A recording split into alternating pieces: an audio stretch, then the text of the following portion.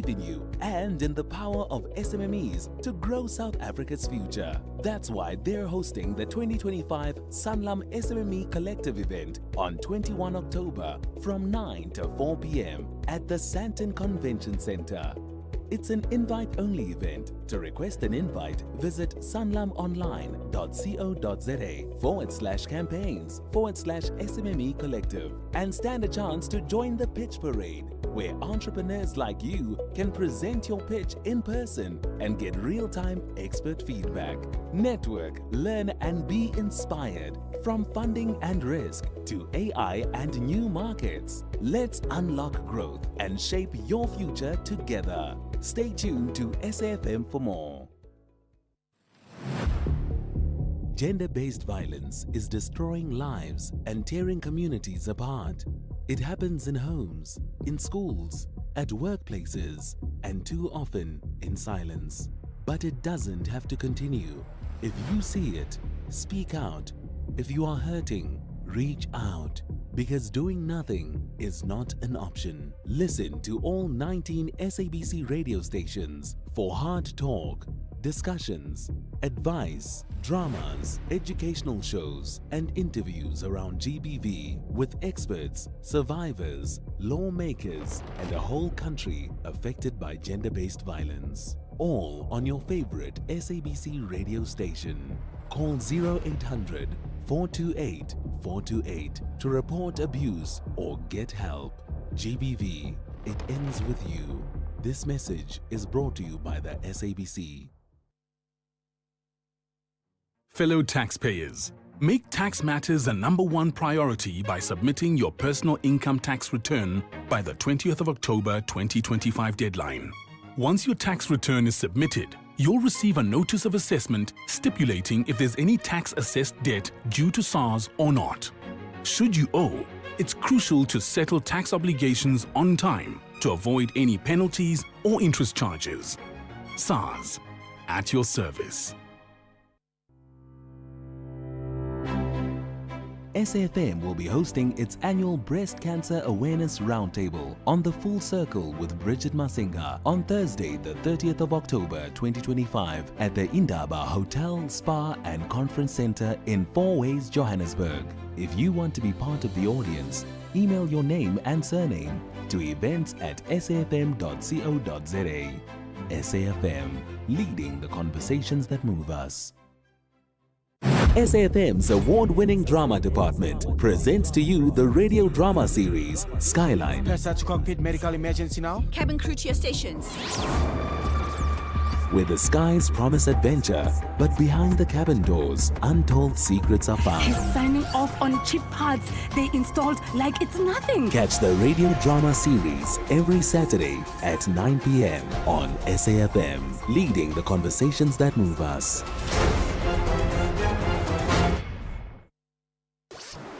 This program is brought to you by SABC Education, enriching minds, enriching lives.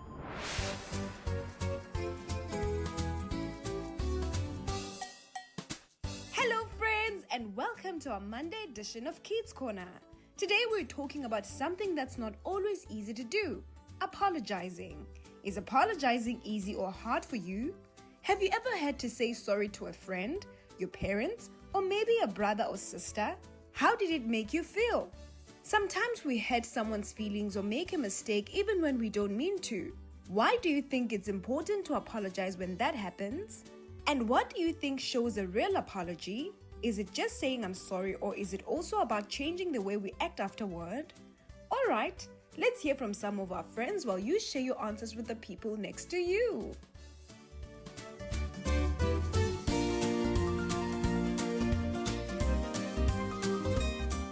Hello everyone, my name is Akona Takaran. I am 9 years old and I am in grade 4. Apologizing is easy for me. Yes, I had to apologize to my little sister because I hurt her. It made me feel happy because I thought apologizing was the right thing to do. What happened when I had my little sister was I was playing with toys with my little sister, then I accidentally hurt her. I think apologizing is the right thing to do when you make a mistake or hurt someone. I think you should say sorry and change how you act to show that you feel sorry for that person. Hello everyone, my name is Matimba Kosa. I am 6 years old. I go to Jabez Christian Academy School. Apologizing is sometimes hard depending of what I have done wrong. I had to apologize to my parents many times. It's important to apologize so the person knows you are sorry. It's best to change how you act so you don't hurt them again. Good day. My name and surname is Pelvishan Pembe. I am 11 years old. Apologizing can be a bit hard for me sometimes, especially if I feel really embarrassed. Yes, I had to apologize to my little brother once. I accidentally broke his toy while playing. I felt really bad because I didn't mean to hurt his feelings. It's important to apologize because it shows that we care about how others feel. It helps repair the relationship and makes things better between us. I think the best way to show that your apology is real is both by saying sorry and changing how I acted. Saying sorry is important by showing that you really mean it. It's by changing how you act is even more important. It shows you're serious about making things right. Thank you. Hi everyone, my name is Ashley Kabamba. Apologizing isn't always easy. Sometimes it feels hard to admit when you've done something wrong. I remember once I said something hurtful to a friend without meaning to, and I had to apologize. It took courage, but after I said sorry and explained how I felt, we both felt so much better. I think saying sorry is important because it shows you care about the other person's feelings and that you respect them. A real apology isn't about saying the words, it's about showing what you've learned from it and changing how you act afterwards. When someone forgives you, it also brings peace and helps rebuild trust, which makes relationships even stronger. Hello everyone, my name is Lorraine. Thank you so much for listening to the Kids Radio Show today. Yes, I have once had to apologize to my sibling, my parents, and my friends before, and it made me feel okay actually because apologizing is the right thing to do. I would say I had to apologize to my mom for breaking something most of the time, but by accident and not on purpose. Why I think it's very important to apologize after doing something wrong or for doing something that is really bad is because you just have to show the person that you really feel remorse, and to also so that the person doesn't stay angry or sad for a very long time. The best way to show that you are really sorry is by not doing the thing that you did again. Thank you so much for listening to me today, and I hope you have a wonderful rest of your day. Bye. Hello, my name is Apelele Pembe and I am 8 years old. Sometimes it's hard for me to apologize, especially if I feel really embarrassed about what I did. Yes, I had to apologize to my big sister Piwo because I accidentally knocked over her game. I felt really bad because I didn't mean to ruin her fun. It's important to apologize because it shows that we care about other people's feelings. Saying sorry helps to make the things better and keeps our friendship stronger. The best way to show my apology is is to is truly to say sorry and and then also change my actions. I need to be careful so I won't make the same mistakes again. Thank you. Hello, beautiful people of Mzansi. My name is Lvanzi Singwane. It is not difficult for me to apologize. It is one of the easiest things for me. Usually, it is not hard for me to apologize. I do know how to take accountability and I do know how to say sorry. I have had to apologize to someone, but something also about me is that I love to observe both parts of the situation, because I'm not trying to victimize myself in any situation, but sometimes people really do drive you to anger, and sometimes people do things to purposefully make you upset, and when you react in a specific way, you become the problem and you become the one who has to apologize. And that has happened to me many times, and in the end I do just end up apologizing so that, you know, the peace can be kept and so that we can move on from the situation. But sometimes I do find myself sitting alone and thinking about the situation, and I think about it and I'm like, but I didn't really need to apologize. They owe me an apology, not the other way around. But like I said, I will apologize anyway. I think the best way to show that you're actually sorry is with actions, because like we say, actions speak louder than words, and a lot of people use the word sorry very loosely. Someone will apologize today but do the same thing next week. So I think the best way to show that you're actually sorry is to it obviously depends on what you've done, but I'll just make an example. If, for example, you apologize for always snapping at people, you have to improve that, and you have to make sure to manage your anger properly. You know, you can't keep apologizing for snapping at people, but then you not changing it. You get what I mean? So the best way to show that you're actually sorry is putting in the work and showing the person that you're actually sorry by the actions that you do and changing your act.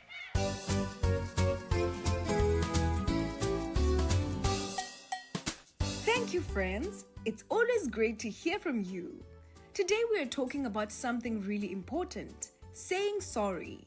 Have you ever had to apologize to someone, maybe a friend, your parents, or a teacher? Sometimes saying sorry can feel really hard, especially when we're embarrassed or afraid the person might still be upset. But apologizing shows that we care about others' feelings and we want to make things right. When we hurt someone, even by mistake, it can make them sad or angry. Saying sorry is like using kind words to heal a small wound in the heart. I understand how you feel, and I'll try not to do it again. But remember, a true apology isn't just about saying sorry. It's about showing it. That means changing how we act next time. For example, if you shouted at a friend, your apology is real when you also speak kindly the next time you disagree. Sometimes the best way to say sorry is with your actions, by being gentle, helping out, or giving someone time to forgive you. It's not always easy, but it helps you grow and make your friendship stronger. And don't forget, everyone makes mistakes, but what matters the most is learning from them and choosing to do better next time. So friends, if you ever make a mistake, be brave enough to say sorry, not just with your words, but with your heart. Because true kindness shines brightest when we take responsibility for our actions. That's it for today, friends. See you next time.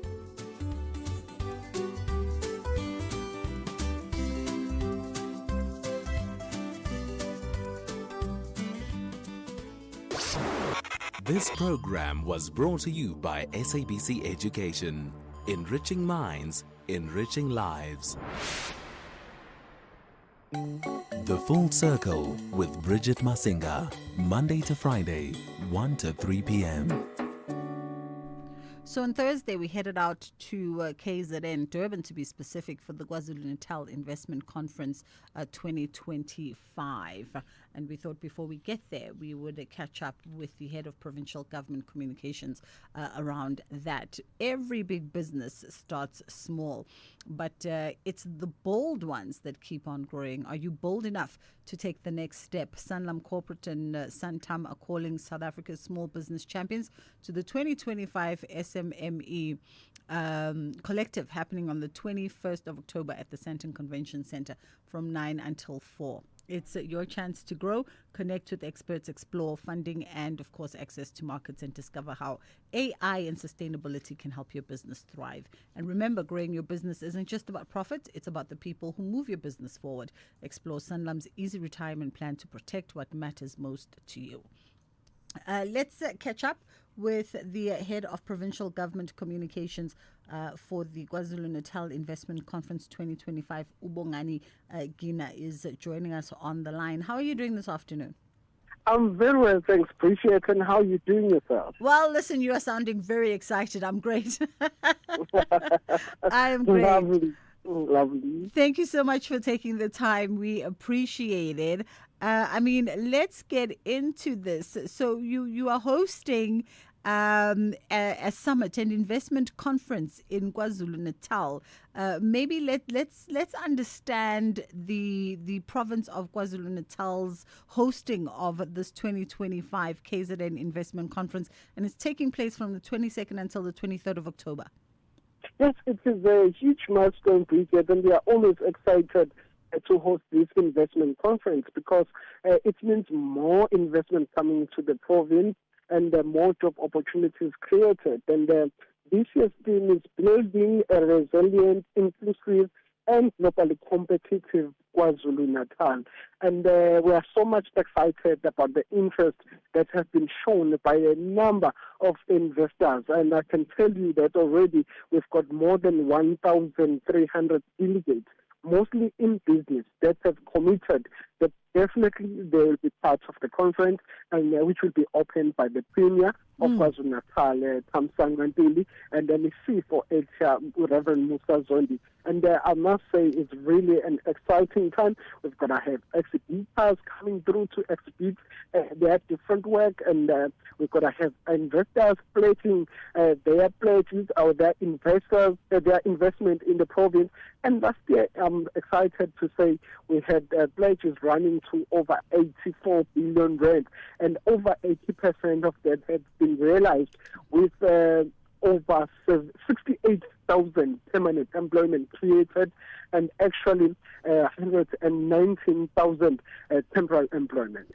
I mean, it sounds wonderful, Bongani. It sounds like there's real traction and commitment towards this investment campaign and program. Give us maybe also a little bit of an understanding as to the key achievements for the last one in 2024. You do mention the 84 billion in pledges that was made back then, and over 80% of that actually being realized. Absolutely. And we're actually looking forward now to building on top of that, and to also hear from the investors as to how they've been feeling about investing in the province, and where they think or believe that we need to improve as a province in order to well accommodate them and their businesses.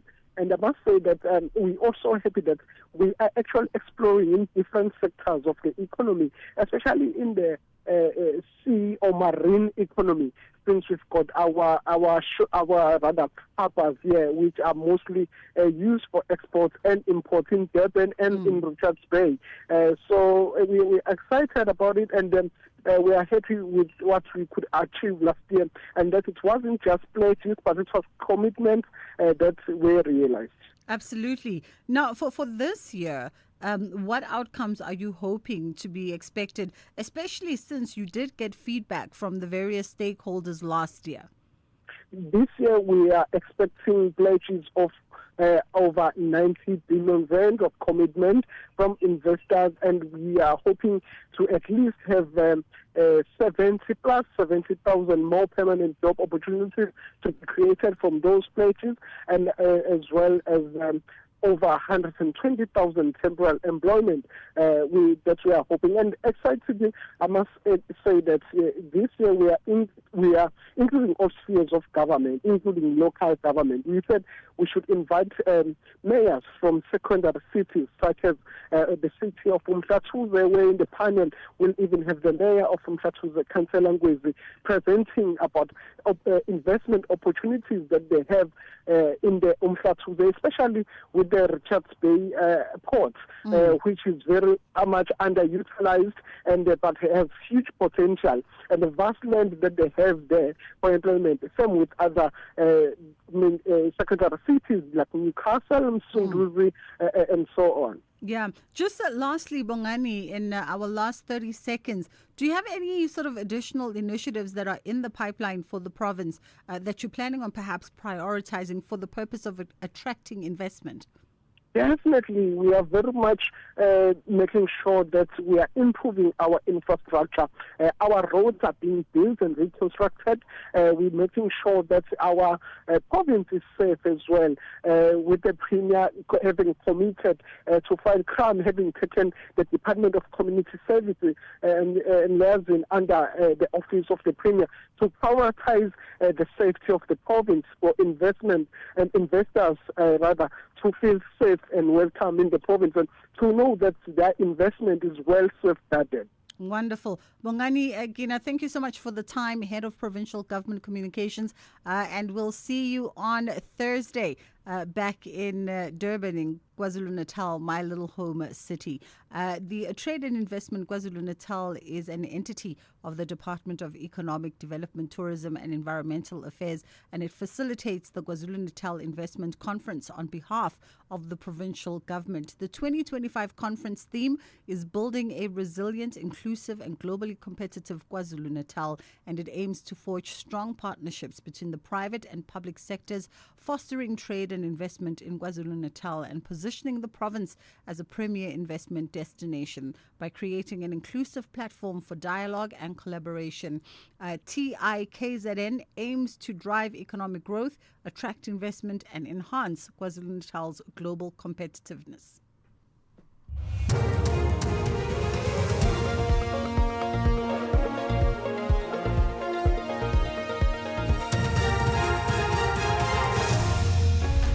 Top stories at 2. Madlanga Commission hears testimony regarding a whistleblower's murder case, and DA calls for the scrapping of BEE. Good afternoon, I'm Kolofelo Tefo. Witness A, who is testifying before the Madlanga Commission in Pretoria, has detailed how police discovered cell phones and cartridges in a Mercedes-Benz Oviano in Bramley, Johannesburg, shortly after Vereniging engineer Aman Swart was shot and killed.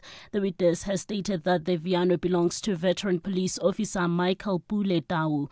He was arrested alongside 2 other suspects, Musa Kekana and Floyd Diego Mabusela. Swart was gunned down in April last year after corruption was exposed at Transnet. Witness A's evidence is being led by advocate Lee Siegels Ngube. Now, in your statement, you referred to these 15 cartridges as the infamous 15 cartridges. Why do you call it that? Yes, Commissioners, these 15 cartridges were then later going to assist us to link this suspect to the murder scene in Vereniging or to the firearms that would later be found in the house in the crime scene that is also in Bramley, at a house that I didn't give address of. The DA has called for the scrapping of black economic empowerment, saying it has killed jobs, promoted corruption, and benefited politically connected individuals. Briefing the media at its headquarters in Bruma, east of Johannesburg, the party has unveiled details of its economic inclusion for all bill. The party proposes that measures be put in place to wind down the BEE Commission over 12 months and the removal of references to BEE across all the country's legislation. DA Head of Policy Matt Cuthbert. Well, the ANC's policy is exclusive to cadres. The DA's policy demands no political connections. Under the ANC, race is the sole criterion, whereas the DA emphasizes needs-based empowerment. The ANC encourages fronting culture, while the DA promotes social impact and value for money in procurement. And while the ANC continues to exclude small businesses, the DA considers small businesses vital partners in the fight against unemployment. So while the ANC is preoccupied with increasing red tape and compliance, the DA seeks to reduce red tape, boost social investment, and foster economic growth. 3 children between the ages of 2 and 12 have been wounded after being hit by shrapnel in retreat on the Cape Flats when rival gangs shot at each other. Police spokesperson FC van Wyk says a 39-year-old man was also wounded in the incident. He says no arrests have been made yet. Steenberg police registered 3 counts of attempted murder following a drive-by shooting incident 3 persons, including 2 boys aged 2 and a 12-year-old, were grazed by a shrapnel, and a 39-year-old male shot in both legs. The injured victim was taken to a nearby hospital for treatment. Still in the Western Cape Taxi Association, Codeta has welcomed a decision by the Provincial Department of Mobility to reopen 6 routes around Somerset West. The routes are fully operational today following a 30-day closure last month. The routes were shut after 8 people were shot dead in disputes between Qatar and Codeta. Some of the routes include Mfuleni, Khayelitsha and Somerset West. Codeta chairperson Nceba Enge. We are happy that the minister did not extend because our commuters have been struggling. You know, they were being robbed. Some were getting late at work. So we are happy that we could reach consensus and that today we are starting again, you know, with transporting people. And finally, the military government of Myanmar says it's raided one of the country's most notorious cyber scam centers and seized dozens of Starlink satellite internet devices. A statement said troops conducted operations in KK Park near the Myanmar-Thai border and had occupied several buildings after retaking the area from the rebels.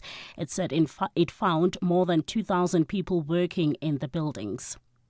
Recapping the top story at 2, witness A, who is testifying before the Matlanga Commission in Pretoria, has detailed how police discovered cell phones and cartridges in a Mercedes Viano in Bramley, Johannesburg, shortly after Vereniging engineer Armand Swart was shot and killed. The witness has stated that the Viano belongs to veteran police officer Michael Pule Tau.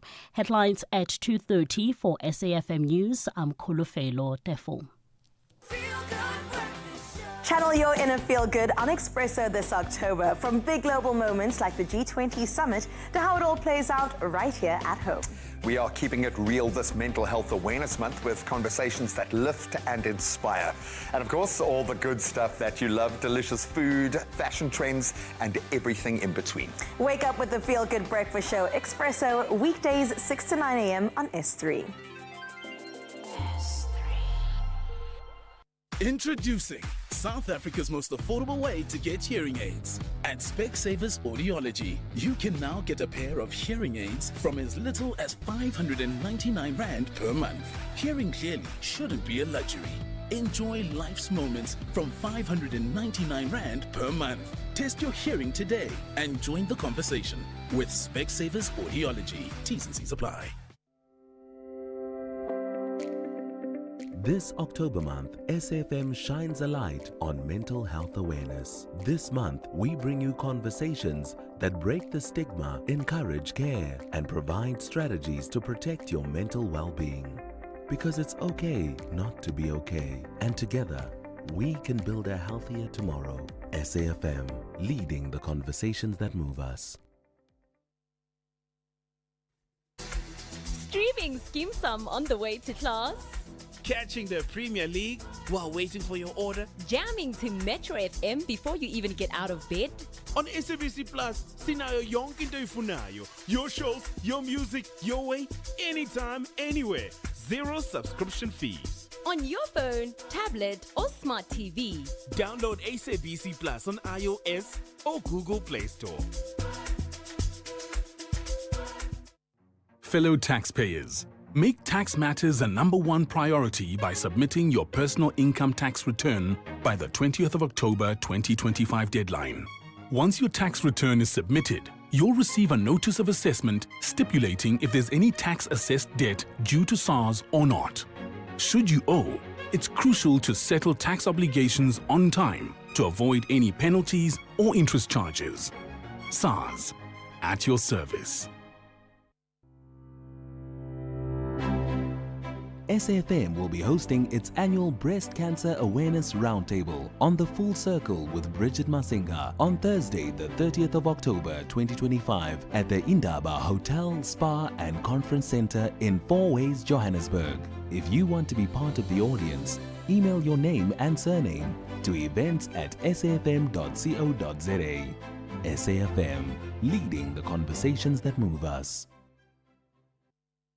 Every big business starts small, but it's the bold ones that keep on growing. Are you bold enough to take the next step? Sanlam Corporate and Sanlam are calling South Africa's small business champions to the 2025 Sanlam SMME Collective happening on the 21st of October at the Sandton Convention Centre from 9 a.m. until 4 p.m. It's your chance to grow, connect with experts, explore funding and access to markets, and discover how AI and sustainability can help your business thrive. And remember, growing your business isn't just about profit, it's about the people who move your business forward. Explore Sanlam's easy retirement plan to protect what matters most, your people. SMME Collective seats are limited, so request your invite today at www.sanlamonline.co.za/campaigns/SMME Collective.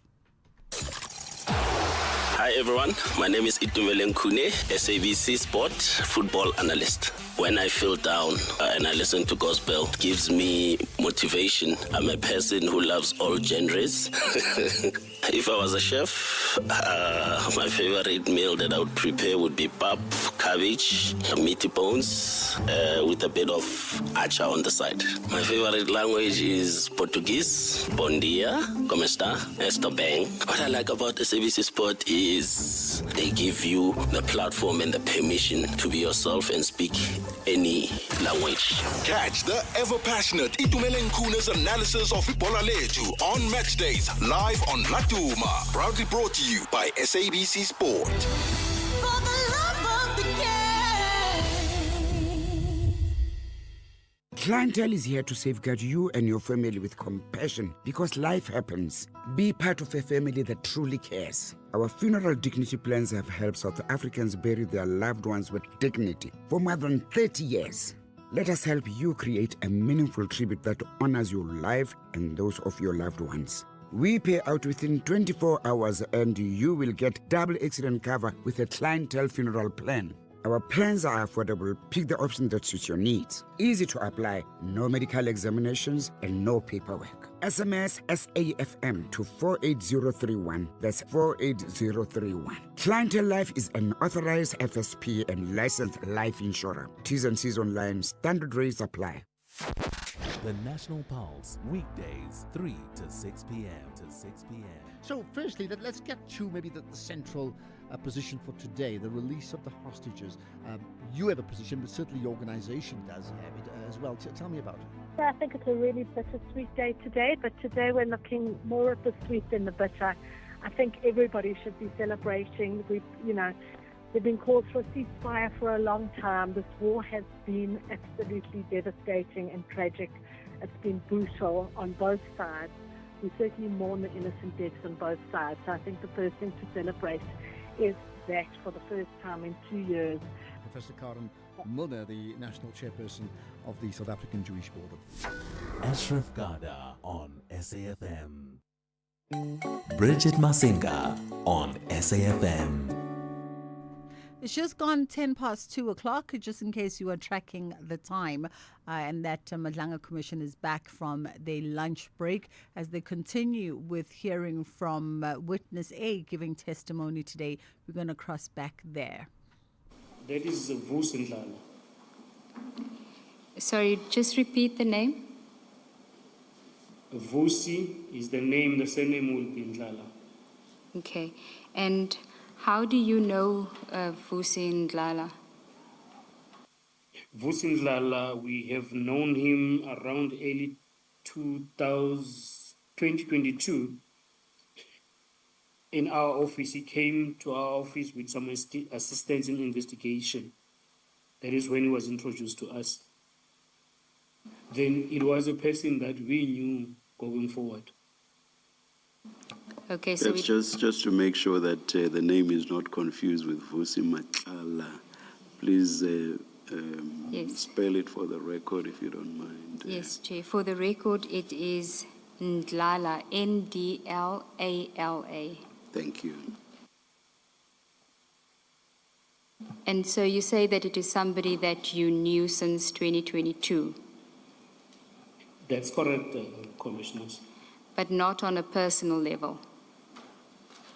It was not on a personal level because he came through to us needed some assistance with some investigation at the office. Then we got to know him from there. Can I just understand that when you say before he came to the office with the complainant, you didn't know him, but then you got to know him because he came there to assist you with a complaint, and then he invites you to your party. So you are now relating to him on a personal level, not professional level. Is that correct? That is correct, Commissioners. Yes. Okay, and when was this party supposed to happen? This party was supposed to happen on the 25th of May 2024. Okay, can you then proceed to tell us about the party and in reference to paragraph 48 of your statement? Yes, and then on that weekend, then we proceeded to the place as it was given to us by him, to the party.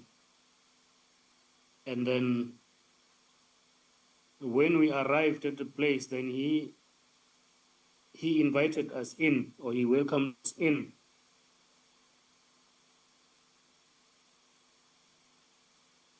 And then, to our surprise, as we arrived or as we entered that place, General Shipiri was also in attendance. Can I just pause there, Witness A? You say you arrived at the place, and what were you expecting to find at this place? Was it a house, a venue? What were you expecting?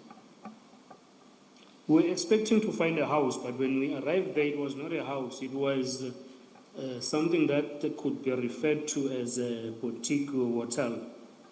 Okay, we're going to flight a picture of the venue, and for the benefit of the commissioners, that is on page 55, WA2 of the bundle. And I just want you to confirm that this is the place where you went. Correct, Commissioners, this is the place.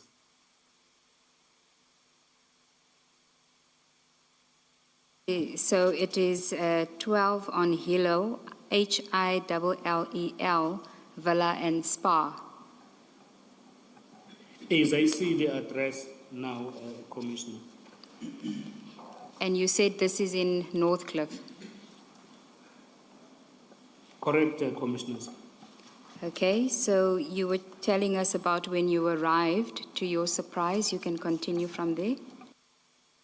Yes, as we arrived there, we were welcomed by Vusndlala, and then he directed us to the lounge space. And then as we entered there, then we found that amongst the people that were seated there was General Shipiri, which we didn't even expect or didn't know that he would be in attendance. And how was his demeanor? He was relaxed, and then he welcomed us in, and then he told us to feel at home, just to break ice. But before then, he seemed very surprised because he even said to Vusindlala in Zulu, "Why ungashongo ukuthi uzovula police station la kwakho?" Which it can be translated like, "Why didn't you tell me that you are opening a police station here at your place?" And then we all laughed about it. Okay, in your statement, you refer to, if you can just, in paragraph 49, you mentioned that you went to the party, and then the second sentence, which starts on page 16, If you can just, because you haven't dealt with that aspect, if you can deal with the sentence that starts, what was even more surprising is that General Shabiri was also at the party, and then just from there onwards, can you read that into the record, please? Can I read starting from where it say, at first, we did not know that Yes. there were police officers until Ndala told us that No. that these people are police officers, but he didn't mention their names.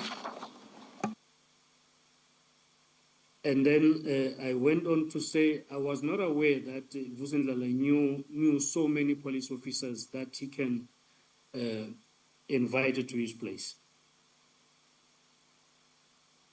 What was even more surprising is that General Shibiri was also at the party, sitting on the couch, and he appeared to be very comfortable. In fact, the music that was playing was being played from his phone that was connected to a speaker. At first, I did not know what to do, but then General Shibiri broke the ice and started talking. He said to Ndlala, why ungashongo ukuthi uvula police station la kwakho? Which can roughly be translated as, why didn't you not say that you are opening a police station here at your house? And then we all laughed about it. Thank you, Witness A. And then at paragraph 50, can you explain to us what transpired after that? Yes, at paragraph 50, we then, I was personally now looking at the situation, like trying to understand what was going on, reading the people that were inside, and then I could see that I was not comfortable at first with the fact that I was attending a party with a general, for the fact that I didn't even know that he was going to be there. So it felt tense at first. Okay. I then went out and took a phone and wrote a message to Witness B, not actually reporting, just telling Witness B to say, actually it was a question I asked it, guess who else is in attendance at the party? To which she said, I don't know. Then I said, we are with General Shibiri. May I take you to the first sentence of this paragraph, paragraph 50. And before that, perhaps I must take a step or two back. When you summarized your assessment of the meeting with General Shibiri, you sort of alluded to feelings of dismay, surprise as to what had transpired there, including what General Shibiri had said. But at that stage, you did not use a word as strong as inappropriate. Now, in the first sentence of paragraph 50, you say, I was uncomfortable being at a party with General Shibiri because he was the national head of my division, but also because of the inappropriate meeting we had just over a week prior. Why do you call the meeting inappropriate? That will now refer to the first meeting, or this meeting, Commissioner, if I may ask for clarity. The chair is referring to the meeting on the 16th of May with General Shibiri. Why are you referring in paragraph 50 to that meeting being an inappropriate meeting? I'm referring it to be inappropriate now because when we reported it to our commanders, we were told that it was not supposed to have taken place without our immediate commanders knowing, which is now General Khopane. to the extent that we were even advised not to ever go there again unless we tell her and she gives a go ahead. Now, that is why now I'm referring to it as being inappropriate. Thank you, Chair. You may continue, Witness A, with paragraph 50. So you told Witness B, you sent her a message and it said to her that you're with General Shabiri. And what was her reaction to that? I think she didn't make anything out of it because she was said, oh, okay, is that the case? Then I said, yes. Then that was it. At that given moment. Can I then ask you, still at paragraph 50, what is it that you had expected from General Shabiri at that party? Because we are talking about a social setting now. But in your statement, you mentioned that you had a certain expectation. Yes, this was a social setup. But then when I got there, not knowing that he would be there, I was then making my own conclusions at the back of my head to say, I think this is a continuation of the meeting that we had prior in the month or in the weeks. And then now I was expecting to take over where we left off, which didn't happen. I strongly waited to him to engage us on the case, and then it did not happen at all. Okay, so you're saying that even though it was in a social setting, you still expected him to give you some report back on the case or to discuss the case with you? I expected as such. Okay, and then if we can go to paragraph 51 of your statement. Before you do that, let me ask, was this the first time, Witness A, that you were in a out-of-work social engagement with General Shabiri? Yes, Commissioner, that was the first time. And was this the first time you attended a party invited by Mr. Ndlala? Yes, Your Worship, that's correct. So you had never socialized with him before, outside of work? No. Thank you. Thank you, Commissioner Baloy. Insofar as that, you say that at some point you had a discussion with Witness B in paragraph 51. Can you tell us about what it is that you were discussing?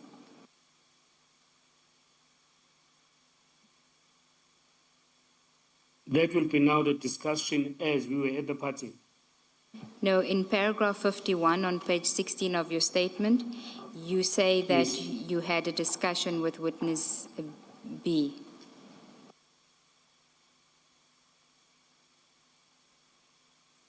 Yes. Do you want to elaborate on that, or maybe it would help you to read that paragraph 51? Yes, I think that the discussion that I had with Witness B was that I wondered if this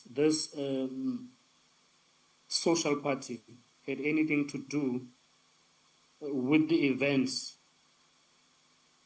of April and May, which means now the case that happened in April and the meeting of the general in May, or it was just a party that it was a coincidence that we're meeting with the general there. Okay, continue. And then maybe I can just read this Yes. to the record. That the only conclusion that I could come to is that General Shabiri asked Ndlala to invite us. I now think that it might have been part of the plan to test whether this colleague of mine that I was with, or I, were perhaps open to the undue influence, especially since witness one, witness B, posed the questions to the general when we were at his office to ask what is he doing about the wrongdoings of the police, which could have then been to say it is not easy to bring her in. Those were the thoughts that were ringing in my head at the time. Thank you. And then in paragraph 52, you speak about yet another invitation. Can you elaborate on that?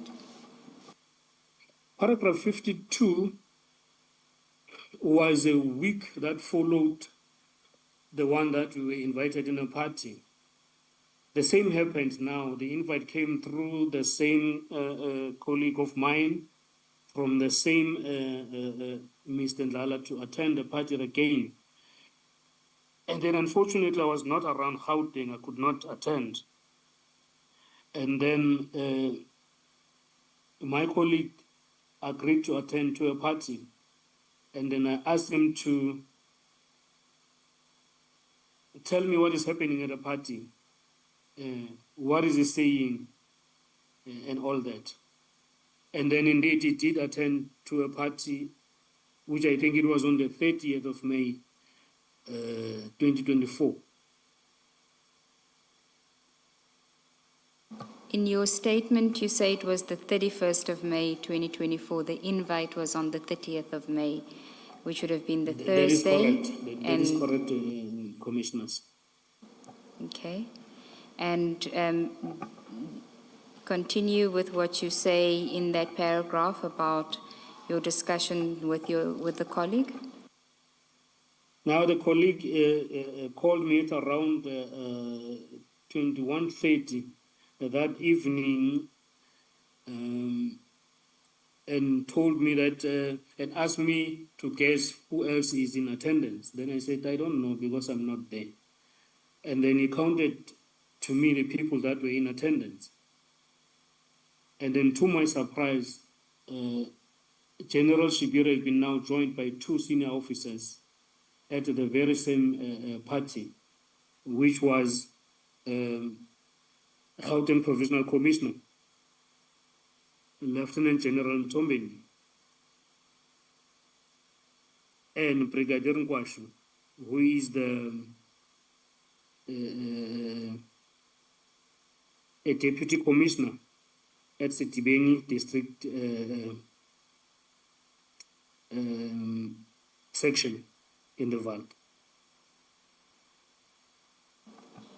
Okay, and at paragraph 53, if you could, for the record, just read that paragraph into the record. Yes. Then it will go as follows. I suspected that the second invitation was yet another attempt to see if this colleague of mine and I could be influenced. If I had been in Joburg, I likely would have gone to the party with this colleague of mine. At this stage, as a typical investigator, I wanted to know if my gut feeling was right, that we were being quoted to be part of the pool of those people who could be controlled and influenced for the benefit of the criminals. In fact, when the TRA was performed or was conducted in respect of our personal safety, I mentioned the invite of the 25 to the house party, and this information formed part of the factors taken into account to assess the possible threats and risk. I am not all at liberty to discuss the findings of the TRA in this forum for safety reasons. Witness A, from paragraphs 52, 53, regarding the second party, and even the paragraphs in relation to the first party, the subject of the envelopes was never broached. Is your suspicion then not at variance with this reality? That is the reality that this subject was never broached?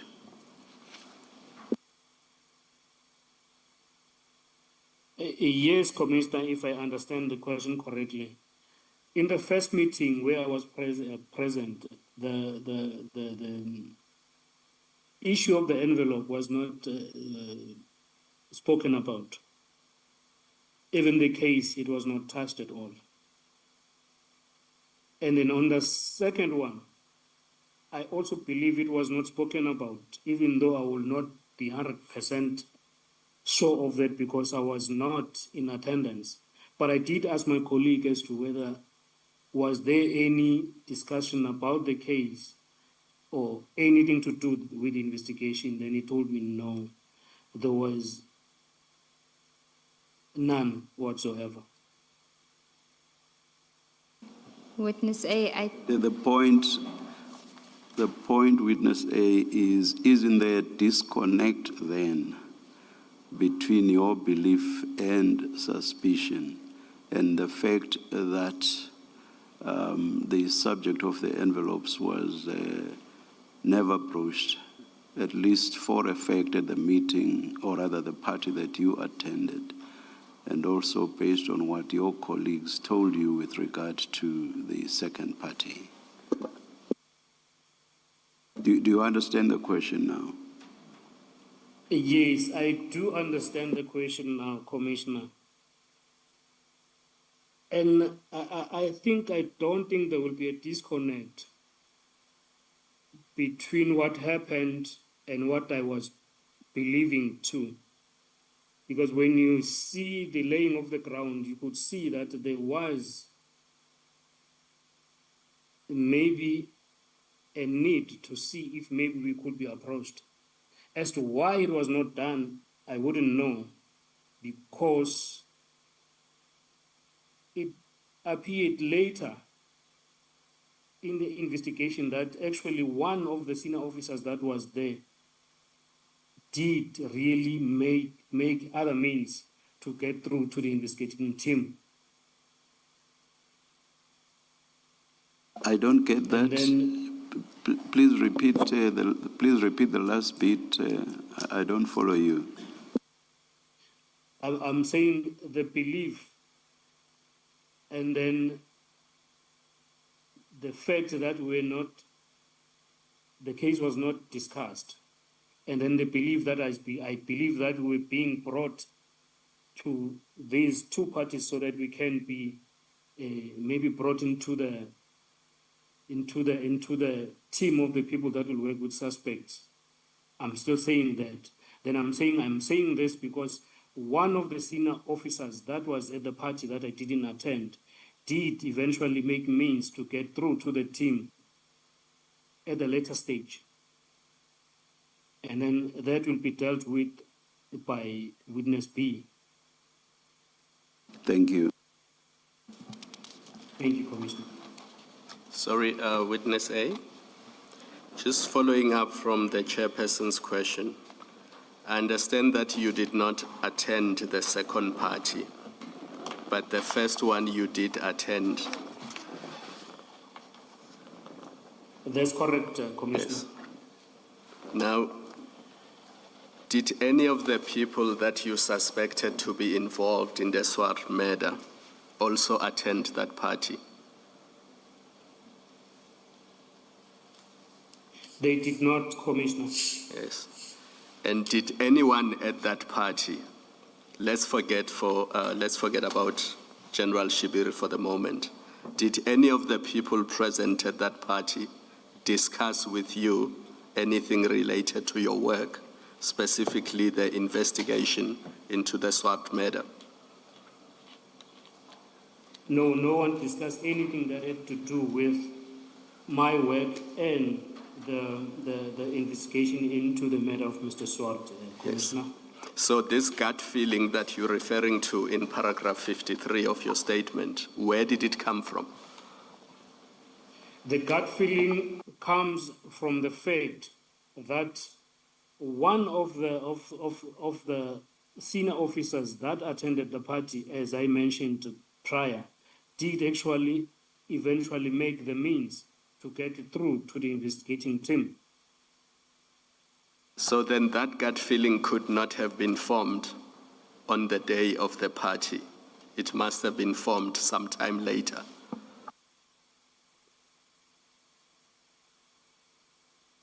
For the fact of the matter, it actually was. It was formed there, and I always had a gut feeling to say, this cannot be a coincidence. This could not be happening.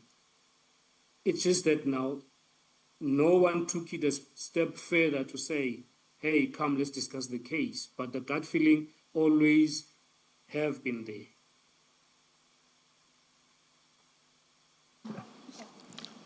Commissioner Kumalo, thank you for that exchange. There are aspects of the witness's evidence that he cannot disclose that adds to why he had that gut feeling for matters that relate to safety issues, and that is why he's a bit hesitant to say go beyond it just being a gut feeling.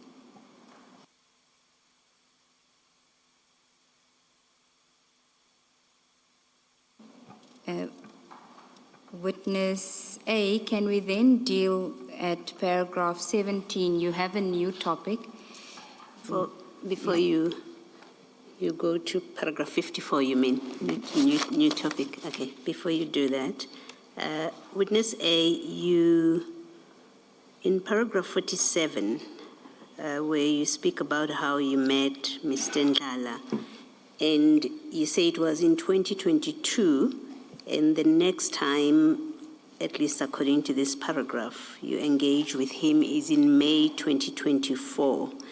In the period 2022 to 2024, what interaction, if any, did you have with Mr. Ndlala? And I ask the question because we are here, among other things, or primarily because of allegations about members of the SAPS associating and having relationships with people who are not SAPS.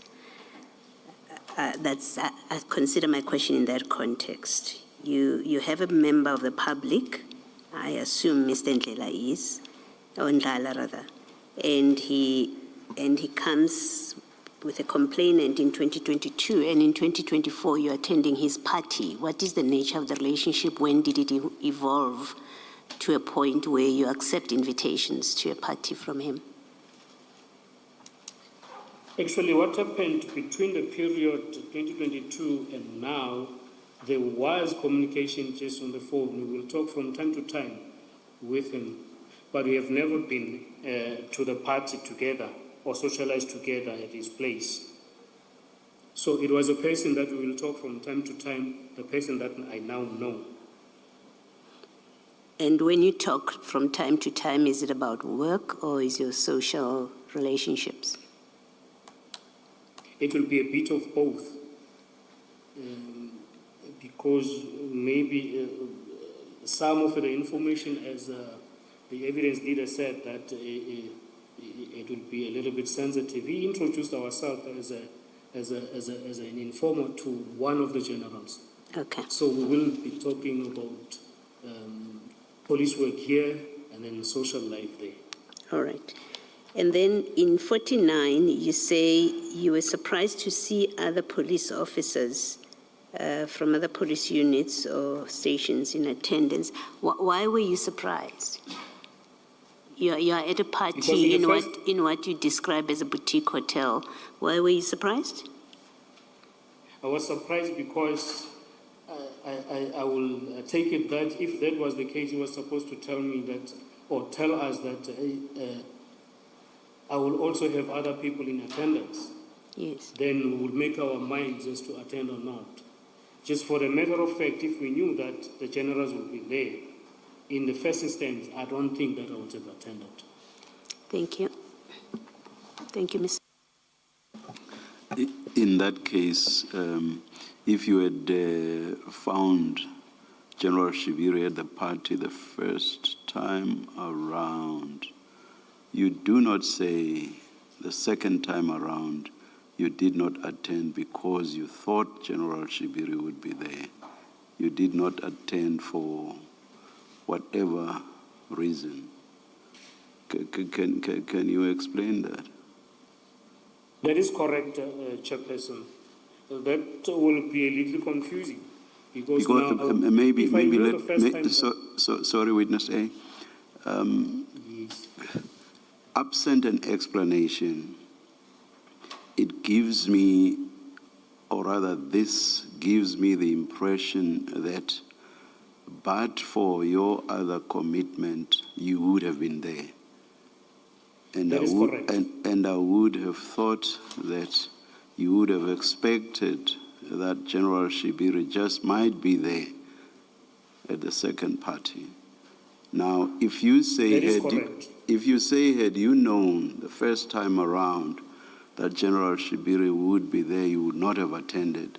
Can you explain now your acceptance that but for your other commitment, you would have attended? I think now it changes the scenario because now we've got the situation where in the first instance we met with the general, he was there. Even though I wouldn't have attended if I knew that he was going to be there.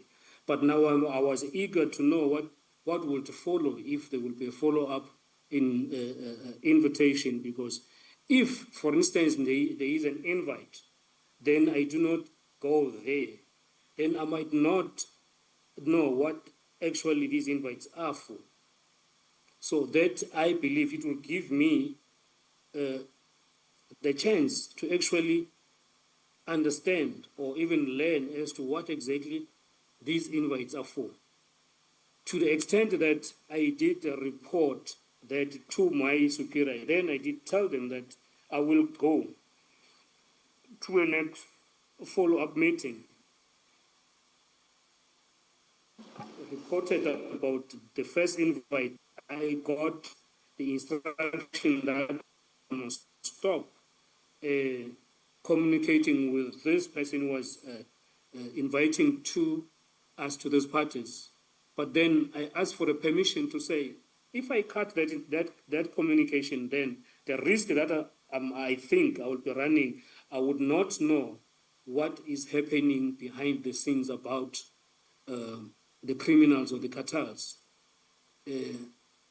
which then will be revealed to this commission that keeping an open communication to this guy or to this Mr. Ndlala helped me to understand the connection of Mr. Katiso to the cartel.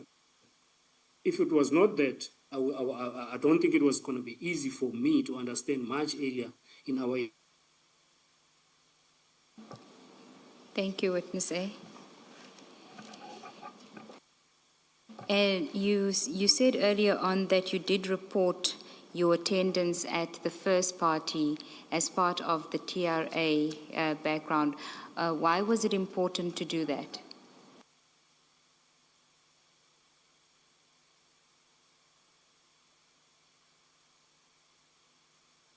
Chair, I think we've lost the...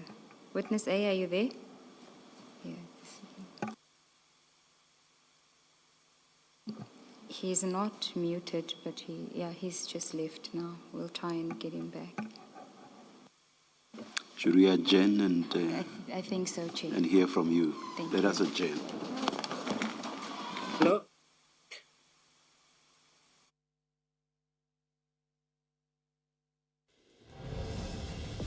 SAFM supports a litter-free South Africa. It was just Play your part in keeping our surroundings and environment clean. SAFM, leading the conversation.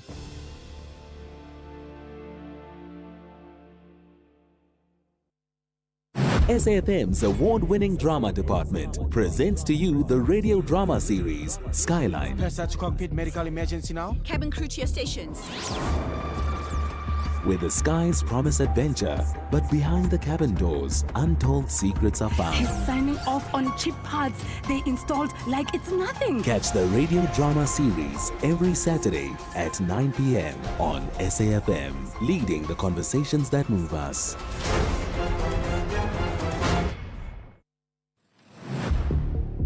Gender-based violence is destroying lives and tearing communities apart.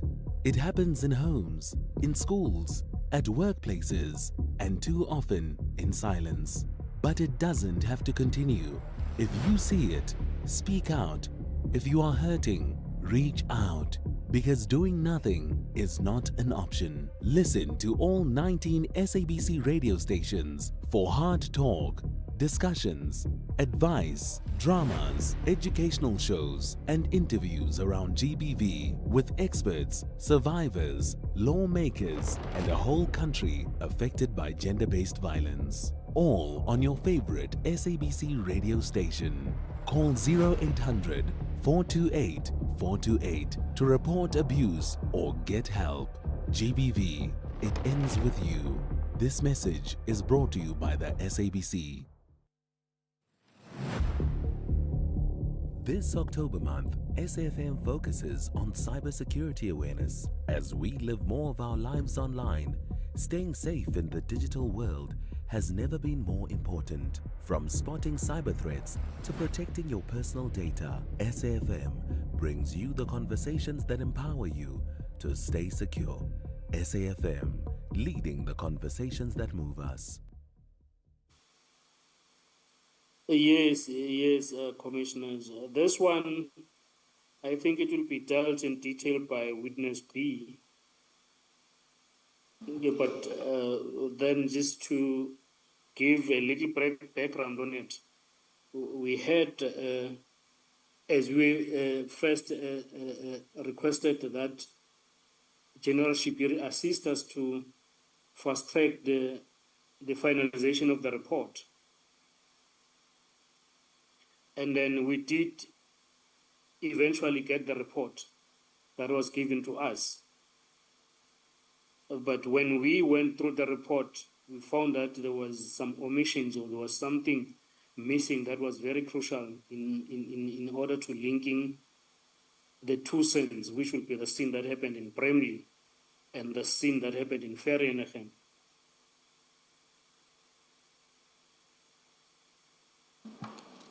And why do you call that, as you title it, possible tampering? Why would it be tampering that there's something missing in the ballistics report that you had received? When we read the report, it will be remembered that there was the 15 cartridges that I spoken about when we started that were found in the Viano. And then it was our hope that these cartridges were either going to connect or link the suspect or the firearms to the Vereeniging murder. But then when we read our report, we could find that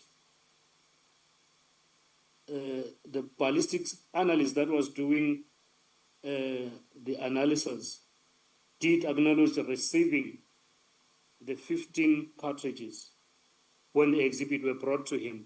But when he was compiling his report, he didn't speak to the ballistic as to whether they link or not. So that was the omission that I'm talking to. So why don't you categorize that omission as just an error? Why do you say that it's possible tampering? Yes, it could have been an error, but now it depends as to how you categorized it at the time. I thought it could be an error, an omission from your side, or it could be like to say, I'm not going to do it, I'm not going to mention this to that report, which will then be an omission. So it just depended to the person who's reading it to say, but I'm taking this to be this, and I'm taking this to mean this. Was your concern that it mentioned the cartridges, so he was aware that the cartridges, but it didn't link the cartridges? There's nowhere in the report where there's a linkage made to those cartridges and the scene, the murder scene. Yes, it did. He actually did receive the cartridges brought to him to do the analysis on, like to do testing. Then it will be expected for him to give a report to that. Then the report will be either negative or positive. There was no such. So that could mean that it was an omission or maybe just an error from his side. Sorry, Advocate Siegels. Witness A, I know the next witness will deal with this in more detail, but do you believe that there was possible tampering? What is your personal view? Do you believe that it was an innocent omission, or do you believe that there's a possibility of tampering? I believe there was tampering when you take everything that happened with this case going forward, and then you understand and you listen to information that you get. I believe that this was a tampering that was aimed at not linking the suspect to this case. And your opinion is not influenced by witness B, it is your personal opinion? It is my personal opinion, but it is influenced by the investigations that was carried out after this omission was depicted. Thank you, Commissioner Kumalo. Witness A, you didn't give the name of the ballistics officer. Who is it? Ballistics officer was Officer Makotle at the time. He has since been promoted to a rank of a captain. You say he's since been promoted to? A rank of a captain. Of a captain, okay. Yes. Do you want to spell his surname for purposes of the record, because there's later on other names that are similar to this? If you can just spell it for the record. Yes, Makotle will be M-A-K-G-O-L-T-L-E-O.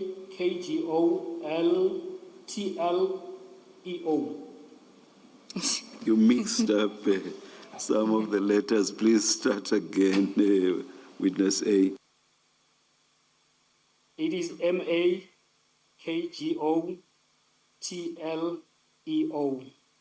as far as I understand it, Chairperson.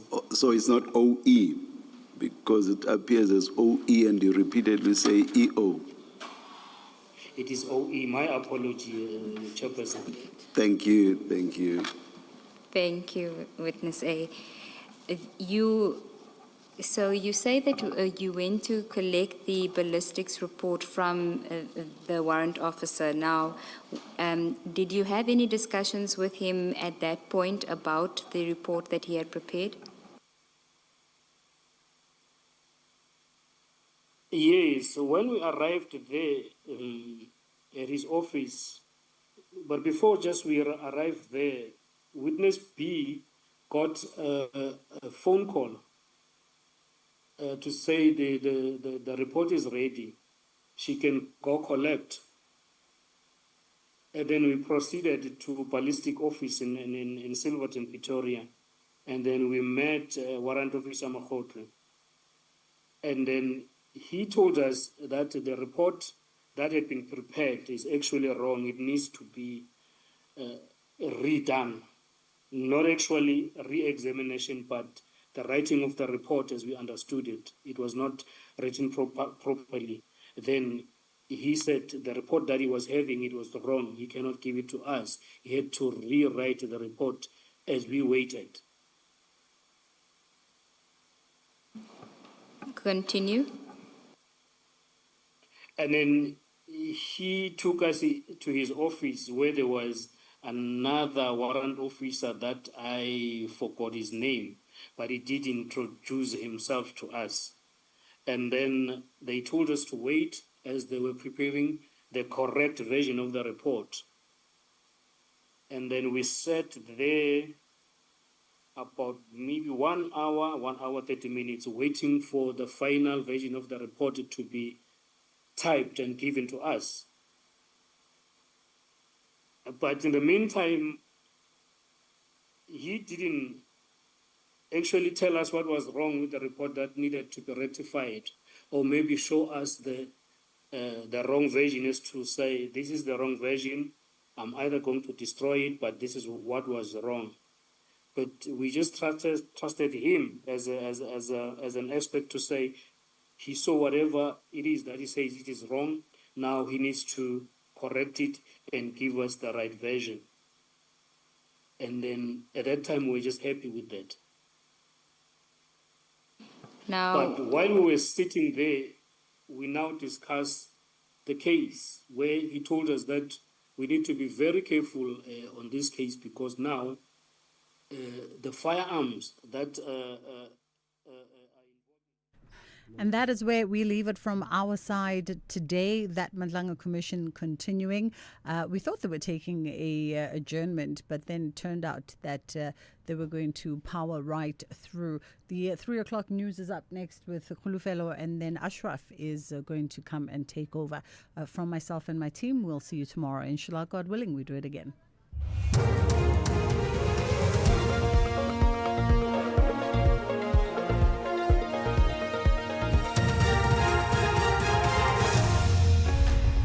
Thanks, Bridget. Top stories at 3. Madlanga Commission hears how cops would detain investigators of Swart's murder and Hilary Kadi's murder case postponed. Good afternoon. The Madlanga Commission has heard how the head of organised crime, Major General Richard Shibiri, tried interfering in the murder case of Vereeniging engineers Amand Swart. Witness A has told the Commission that Shibiri called him and Witness B to tell them that the suspects arrested for Swart's murder were very dangerous people. 3 people were arrested for Swart's murder in April last year, namely veteran police officer Michael Puletau, Musa Kekana and Floyd Mabusela. Witness A says that he and Witness B were concerned when Shibiri tried securing the release of the suspects outside the formal court processes. We left that meeting feeling very concerned, not only because General Shibiri confirmed our fears that very powerful people were involved in the murder, but also because he had implied that he knew as a fact that there was a bribe ready for us if we were willing. Essentially, our most senior official had just informed us about a bribe in exchange for compromising the investigation in order to secure the accused person's release. The South African Federation of Trade Unions, SAFTU, has called for the implementation of a national electronic health record system. This after Health Minister Aaron Motsoaledi considered that some patients abuse the healthcare system as health facilities across the country have not yet been synchronized. He said this allows patients to collect medication from various facilities in the country without being detected. Motsoaledi was reacting to the discovery of ARVs in the wreckage of a bus crash in Limpopo about a week ago. SAFTU national spokesperson Newton Masuku says they suspect a criminal syndicate is behind the theft and sale of medication at public health facilities. We demand the implementation of a national electronic patient tracking and medicine control system so that it can avoid such things, so that we are not left in the dark as to what is happening when we have such occurrences. If a person can go to multiple hospitals collecting the same medication, it even calls into question whether or not they are going to use it for themselves or they are going to sell it to others who may be in need of that. And this risks of theft and the risks of corruption and the selling of medication. Government has urged the matric class of 2025 to remain focused as they begin their national senior certificate exams tomorrow. Over 700,000 matric candidates are expected to sit for their exams. Government has further appealed to parents and guardians to provide support to the matriculants and a conducive environment for them during this time. Deputy Government spokesperson William Baloyi has wished the candidates good luck, adding that the nation and indeed stands behind them. Government also salutes the class of 2025 for their resilience and commitment and extends its appreciation to teachers, educators, parents, and communities for their continued support. Together, we build a nation of capable and confident young people ready to shape South Africa's future. Good luck to all the candidates. The nation stands behind you. The murder trial against convicted murderer Rasim Kune, who is accused of killing Hilary Gati, the daughter of the EFF's deputy president, has been postponed to tomorrow by the Mpumalanga High Court in Mbombela. This decision was made after the defense revealed in court that they were not prepared to proceed with the trial due to insufficient time to consult with their client. Michael Mdluli reports. The defense claims that they were only given 2 hours to consult with Nkune regarding the 12 counts of charges against him. Nkune is alleged to have kidnapped and murdered Hilary in April 2022. Her body was found near a timber plantation just outside Mbombela towards Sabi. Nkune is currently serving 2 life sentences for the double murder of his sister and partner in the same year. 4 other suspects in Hilary's murder case had their charges provisionally withdrawn in April 2023 due to the unavailability of witnesses. Michael Mdluli, SABC News, Mbombela. And finally, further afield, a court in South Korea has sentenced a teacher to life in prison for fatally stabbing an 8-year-old girl earlier this year, a case that triggered outrage in the country.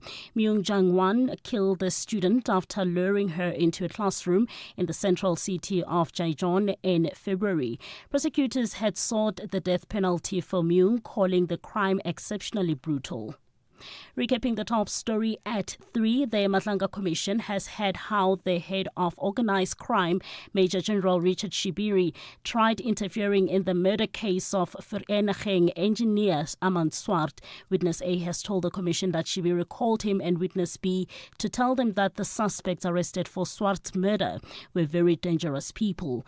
Headlines at 3:30 for SAFM News. Welcome to the National Pulse. I'm Kolofelo Defo. In your sports this hour, Pakistan closed day 1 of the second test against the Proteas on 259 for 5 after 91 overs. Portland gets first buck call-up in Castle-Lager outgoing tour squad, and Austin signs 8-year contract extension to host US Grand Prix. More details at 3:30.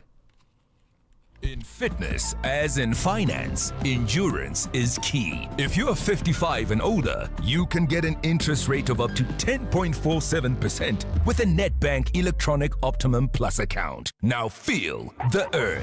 Invest in under 2 minutes on the Money app and get money fit with Nedbank. See money differently. Nedbank. We're licensed FSP and registered credit provider. T's and C's apply. For more info, visit nedbank.co.za.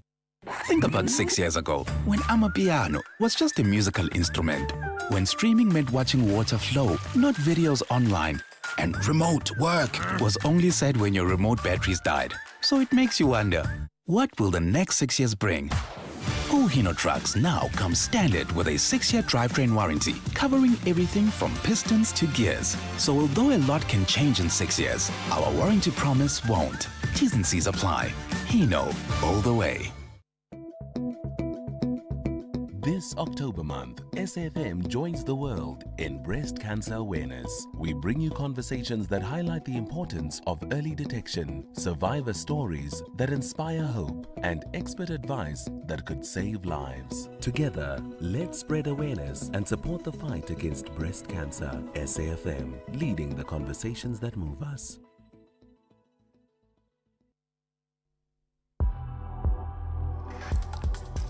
The National Pulse with Ashraf Garda on SAFM. You're listening to the National Pulse, weekdays 3 to 6 p.m. So how was your weekend? What is it that you did? Lots happening on multiple fronts. Perhaps the most significant one is Patrice Motsepe saying very emphatically that no, the presidency is not for him. And then he didn't quite directly endorse Panyaza Lesufi as a potential president, but he certainly spoke him up in terms of the work that he does, which others are taking as an actual endorsement. We can have that debate just now. And then on the sporting front, we've had fascinating things with the South African women's hockey team qualifying, winning the African Nations Cup and then qualifying for the World Championship or the World Cup. And Morocco, in fact, winning the Under-20 World Cup. They've had an amazing run, the Moroccans, in terms of world football, that perhaps we as South Africa, similar resources, maybe even better, must and can learn from. And then, of course, there's that Liverpool-Man United game, which I think Arsenal and Man City fans are thrilled with that result. And all of that also in anticipation of what's coming up this weekend, which is the Nelson Mandela lecture and how that's going to play out. All of that, I think, occupied my mind over the weekend. What occupied yours? My name is Ashraf Garda. This is the National Pulse.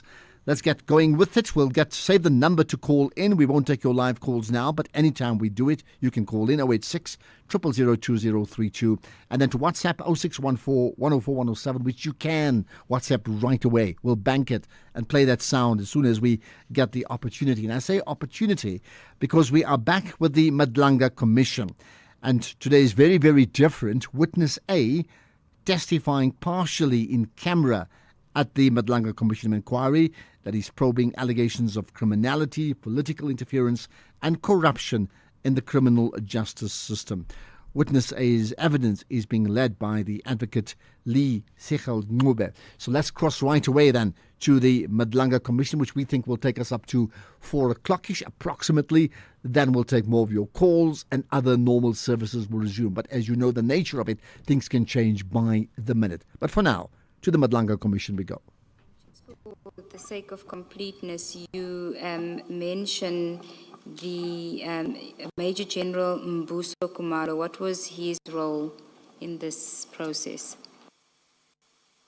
His role was to facilitate that we get assistance in KZN because now, ordinarily, when you are here in Gauteng, you take your ballistics to the nearest lab, which is in Pretoria. Now, we're struggling to get help there. Now, we said, can we maybe try and take it to KZN and see if maybe they will assist us before we get to trial so that we can understand exactly what is happening here. Is it really that these firearms are also concerned in this case, or maybe they're also concerned in a lot of other cases, of which some are the cases that we were investigating. And then he really did so. He connected us with the ballistics in KZN for us to assist us. Thank you, Witness A. Can we now go on to the next topic, which is on page 20 of your statement? Starting at paragraph 61, you've titled it Tau's Bail and the IO's Request for Assistance. Yes. On this one, it mainly deals about Tau that was now applying for his bail at Vereeniging on the murder case. Because initially they did apply for bail, all three of them, and the bail was denied. And then they were not granted bail. And then Tau made a bail on new facts, citing that he has got a condition. Then this condition warrants him to be released out of prison so that he can get better medical services outside. Well, what condition is it that he relied upon? He told the court that he was diabetic, and then he told that his condition would need him to be at a facility outside of the hospital. And then he was granted bail based on that. Okay, so can we just go a step back before he's granted bail? You speak about the 1st of August, 2024. Can you tell us about that? Yes, the 1st of August 2024, it was the eve of the day when Tau was granted bail. And then I got a phone call from Wusundlala again. And then he told me what was going to happen about bail. He actually expressly told me that Tau was going to be granted bail. Then he told me, nah, that cannot happen because we've got a strong case against him. And he has already failed his first attempt. Then he told me what was the plan, according to him. And then he said, Tau is going to pay his way out. If that fails, he will escape. If the second one fails of escaping, he will eliminate